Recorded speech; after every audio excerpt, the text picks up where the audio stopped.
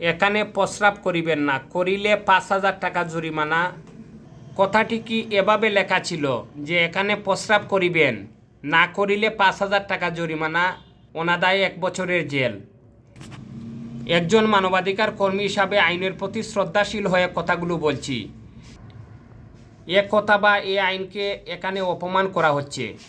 এই লেখাটি এখান থেকে দ্রুত সরিয়ে ফেলুন, অথবা এই জায়গাটি দ্রুত পরিষ্কারের ব্যবস্থা নিন, নতুবা এদের মতো অনেক মানুষ মনে করবে এই কথাগুলো বিমানবন্দরের বাথরুমের ইজাদার লিখেছে।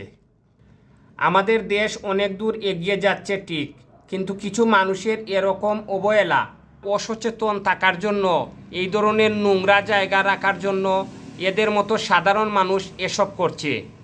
একজন বিদেশ যাত্রীর কাছ থেকে পাওয়া বিমানবন্দরের এসব চিত্র দ্রুত ব্যবস্থা নেওয়ার জন্য জোর দাবি জানাই। উপর থেকে দেখা যাচ্ছে পানি পড়ছে। এই পানিটা কি বৃষ্টির পানি, না এই পানিটা এসির পানি?